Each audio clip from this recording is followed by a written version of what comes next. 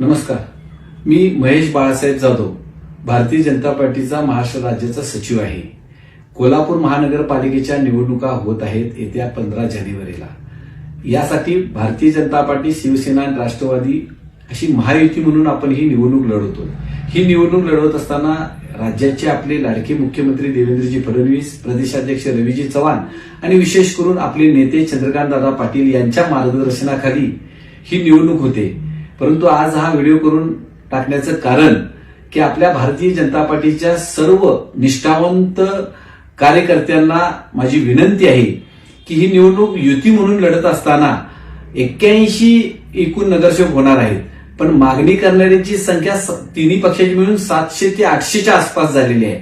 त्यामुळे यातल्या 81 जणांना उमेदवारी मिळणार आहे आणि भारतीय जनता पार्टीच्या वाट्याला सुद्धा त्यातली काहीच सीट्स आपल्याला मिळतील.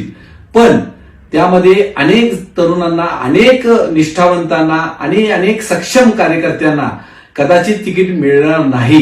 पण तुम्ही कुणीही नाराज होऊ नका. तुम्हासाठी आम्ही सर्वजण मिळून, मग खासदार, आमदार आणि आपले अध्यक्ष सगळे मिळून आम्ही प्रयत्न करायला आहे. पण काही निवडून येणाऱ्या कार्यकर्त्यांना सुद्धा काही वेळा काही भागामध्ये तिकीट मिळणार नाही. याचा अर्थ तुमच्यावरती आम्ही खूप दुर्लक्ष करतोय असं होत नाही. आम्ही खरोखरच मनापासून तुम्हाला उमेदवारी मिळावी म्हणून पहिल्यापासून झटत आलेला आहे.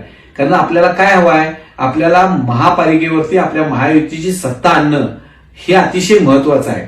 आणि मेरिट प्रमाणे ज्याचं नाव येईल त्याला उमेदवारी द्यावी लागते.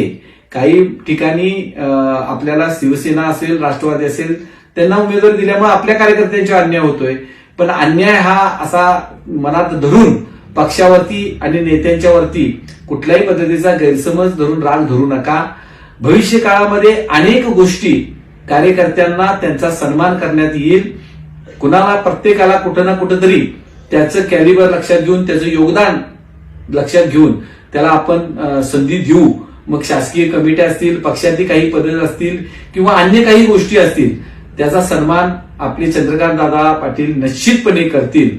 कारण हा तुम्हीही लक्षात घेतलं पाहिजे की हा व्याप किती मोठा आहे आणि संकट किती, म्हणजे आपल्या युतीमध्ये तिकीट वाटपाचं काम किती अवघड आहे हे तुम्ही लक्षात घ्या. मी गेले 32 वर्ष भारतीय जनता पार्टीचं काम करतोय.